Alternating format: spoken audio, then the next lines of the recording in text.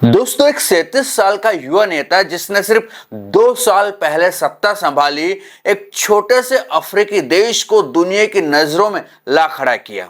आप समझ गए होंगे, हम बात कर रहे हैं बुर्किना फासो के इब्राहिम ट्रोरे की, क्योंकि इनके बारे में सोशल मीडिया पर बहुत सारी बातें हो रही है। कोई कह रहा है कि दुनिया की चौथी तेजी से बढ़ने वाली अर्थव्यवस्था इन्होंने बना दिया है, कोई कह रहा है कि ये देश विकासशील से अब दरअसल विकसित होने के कगार पर आ पहुंचा है। लेकिन सच्चाई क्या है, ये आपको तमाम जानकारी इस वीडियो में देंगे। तो इस युवा कप्तान ने न सिर्फ 4.7 बिलियन डॉलर का कर्ज चुका है, बल्कि किसानों को इतना ताकतवर बनाया है कि आज उनका देश 6 मिलियन टन अनाज पैदा कर रहा है, विदेशी कंपनियों को बाहर का रास्ता दिखाया और सोने की खानों को अपने कब्जे में भी लिया। बिना पश्चिमी मदद के अर्थव्यवस्था को 22% तक बढ़ा दिया है। लेकिन कैसे, और क्या वाकई में चमत्कार है या कुछ फेक नैरेटिव गढ़े जा रहे हैं? आइए इस वीडियो में जानते हैं इब्राहिम ट्रोरे की लीडरशिप और बुर्किना फासो की आर्थिक क्रांति की पूरी कहानी। वीडियो अंत तक जरूर देखिएगा। तो बुर्किना फासो पश्चिमी अफ्रीका का एक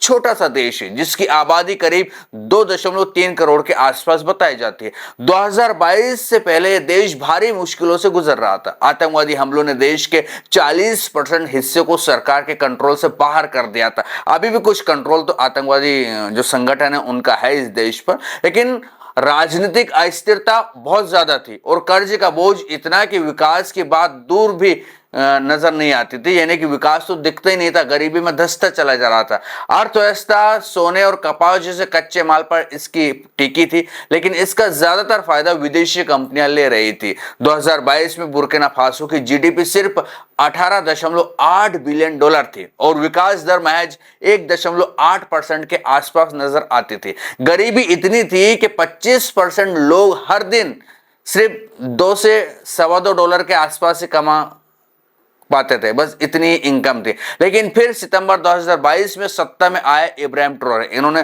तख्ता पलट किया और अपने हाथ में कमान ले ली। इब्राहिम ट्रोरे कौन है, ये भी मैं आपको बता देता हूं। इब्राहिम ट्रोरे का जन्म 14 मार्च 1988 को बुर्किना फासो के बोंडोकोई में हुआ था और 2025 में उनकी उम्र 37 साल के आसपास बताई जाती है। वो एक सैन्य अधिकारी है जिन्होंने 2009 में सेना ज्वाइन की और 2020 में कप्तान बने और सितंबर 2022 में सिर्फ 34 साल की उम्र में उन्होंने तख्ता पलट के जरिए अंतरिम राष्ट्रपति पॉल हेनरी दमीबा को हटाकर सत्ता संभाली और उस वक्त वो दुनिया के सबसे युवा राष्ट्राध्यक्ष बन गए।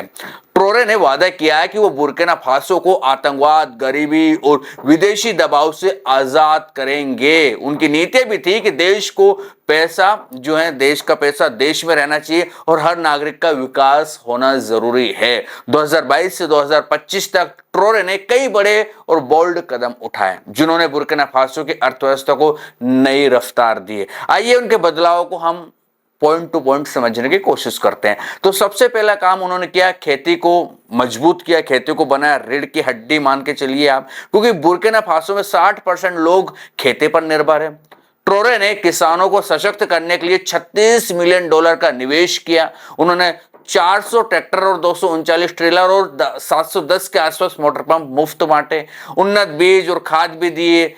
नतीजा हुआ कि 2024 में देश ने 6 मिलियन टन अनाज पैदा किया, जो एक रिकॉर्ड है। टमाटर का उत्पादन 3.15 लाख टन से बढ़कर 3.6 लाख टन कर लिए। चावल 2.8 लाख टन से 3.26 लाख टन कर लिया। बाजरा में भी तकरीबन 9.07 लाख से बढ़ाकर 11 लाख टन हो गया। इससे खाद्य सुरक्षा बढ़ी और लाखों किसानों को रोजगार मिला, क्योंकि पहले ये अनाज भी दूसरे देशों पर डिपेंड थे, दूसरे देशों से मंगवाना पड़ता था। लेकिन अब ये कृषि क्षेत्र में बेहतर कर रहे हैं और इतना अनाज उगा रहे हैं कि आने वाले समय में दुनिया के कई सारे देशों को ये अनाज भेजेंगे भी सही और पैसे भी कमाएंगे। उसका सोने पर कब्जा कर लिया। बुर्किना फासो जो है अफ्रीका का चौथा सबसे बड़ा सोना उत्पादक है, लेकिन पहले इसका फायदा विदेशी कंपनियां उठाती थी। ट्रोरे ने 2 बड़ी सोने के खानों का राष्ट्रीयकरण किया और यूरोप को कच्चा सोना भेजना बंद कर दिया। उन्होंने 150 टन सोना प्रतिवर्ष संसाधित करने वाली रिफाइनरी शुरू की। 2025 में 5 और खनन संपत्तियों को सरकारी कंपनी में ट्रांसफर कर दिया। इस कदम से 2024 में 4.7 बिलियन डॉलर का कर्ज चुकाना संभव हुआ।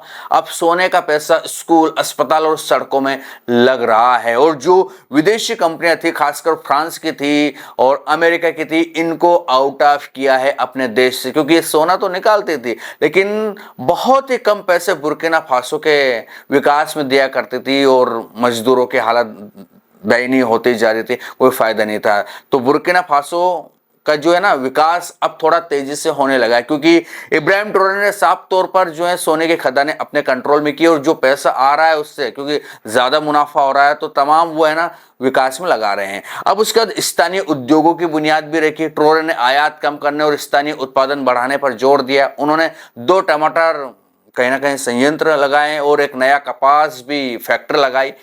पहले देश में सिर्फ एक कपास उद्योग था। कारीगरों के लिए कपास प्रसंस्करण केंद्र शुरू किए गए हैं, जिससे स्थानीय कपड़ा उद्योग को नई जिंदगी मिली। इन कदमों से हजारों नौकरियां भी पैदा हुई और लोग रोज इससे कहीं ना कहीं जुड़ भी रहे हैं। लोगों को नौकरियां मिल रही है, लोगों को रोजगार मिल रहा है, तो ये कहीं ना कहीं बेहतर कदम उन्होंने उठाया। उसके बाद कर्ज से मुक्ति का भी कदम इन्होंने उठाया। ट्रोरे ने अंतर्राष्ट्रीय मुद्रा कोष और विश्व बैंक से कर्ज लेने से मना कर दिया कि हमें कर्ज नहीं लेना, लेकिन पाकिस्तान जैसे देश कर्ज पर डिपेंड रहता है, आपको पता है। खैर 2024 में सोने के निर्यात और बेहतर टैक्स सिस्टम से बुर्किना फासो ने $4.7 बिलियन का बाहरी कर्ज और सारा स्थानीय कर्ज चुका दिया।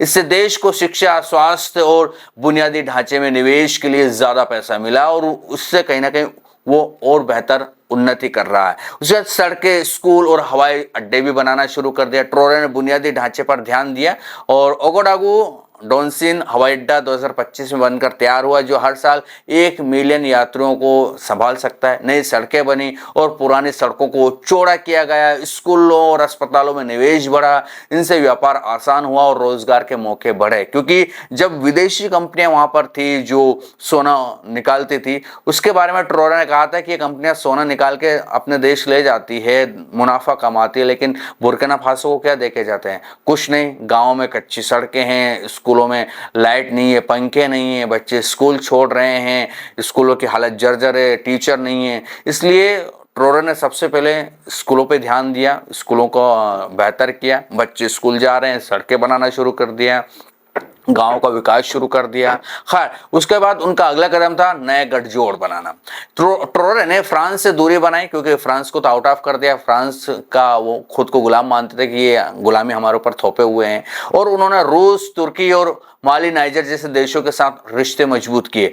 रूस ने खनन और सुरक्षा में मदद की और रूस की कंपनी भी वहां खनन करने के लिए लग गई है, जो वहां काफी ज्यादा पैसा भी देगी और खनन भी करेगी। माली और नाइजर के साथ अलायंस ऑफ साहेल स्टेट बनाया गया, जिसने क्षेत्रीय व्यापार को बढ़ावा भी दिया। जी हाँ, तो इस तरह से उन्होंने अर्थव्यवस्था को मजबूती देने के लिए कई सारे कदम उठाए। अर्थव्यवस्था कितनी बड़ी ये भी मैं आपको बता देता हूं। तो 2022 में बुर्किना फासो की जीडीपी $18.8 बिलियन के आसपास बताई जाती है, जैसे गूगल पर जानकारी मौजूद है, और विकास दर 1.8% के आसपास थी। 2023 में जीडीपी बढ़कर $22.92 बिलियन में हो गई, यानी कि 3.2% की वृद्धि हो गई। 2024 में जीडीपी जो है वो 22.1% से $23 बिलियन के बीच रही और विकास दर 3.7% से बढ़कर 5.5% तक पहुंच गई, यानी कि 2022 से 2024 तक अर्थव्यवस्था 17.5% से बढ़कर 22.3% बढ़ी है।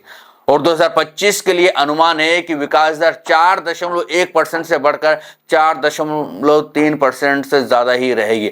अगर यही रफ्तार रही तो 2043 तक अर्थव्यवस्था 8% की औसत दर से बढ़ सकती है। इससे प्रति व्यक्ति आय जो है वो $1120 बढ़ेगी और 24 लाख लोग गरीबी से बाहर निकल सकते हैं। जी हाँ, वैसे चुनौतियां भी बहुत सारी है, आसान नहीं है सब कुछ। हम ये कह सकते आतंकवादी हमले अभी भी होते हैं। देश की जो 40% भूमि को आतंकवादी संगठन जो प्रभावित किए बैठे हैं, 20 लाख लोग विस्थापित हैं और इकोवास से निकलने का फैसला व्यापार को नुकसान पहुंचा सकता है। 2024 में मुद्रास्फीति 4.2% से बढ़कर 5.7% हो गई, जिसने खाने की कीमतें बढ़ा दी है। कुछ पश्चिमी कंपनियां खनन लाइसेंस रद्द होने से नाराज है, फिर भी ट्रोरे की नीतियां देश को आगे ले जा रही है, ये कह सकते हैं।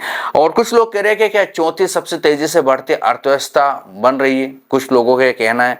तो बुर्किना फासो दुनिया की चौथी सबसे तेजी से बढ़ती अर्थव्यवस्था है, ये दावा अभी गलत है। लेकिन आईएमएफ और विश्व बैंक के 2025 के डेटा के मुताबिक ये बात पूरी तरह से सच नहीं है, क्योंकि ऐसा तो नहीं है कि वो चौथी सबसे तेजी से बढ़ते अर्थव्यवस्था।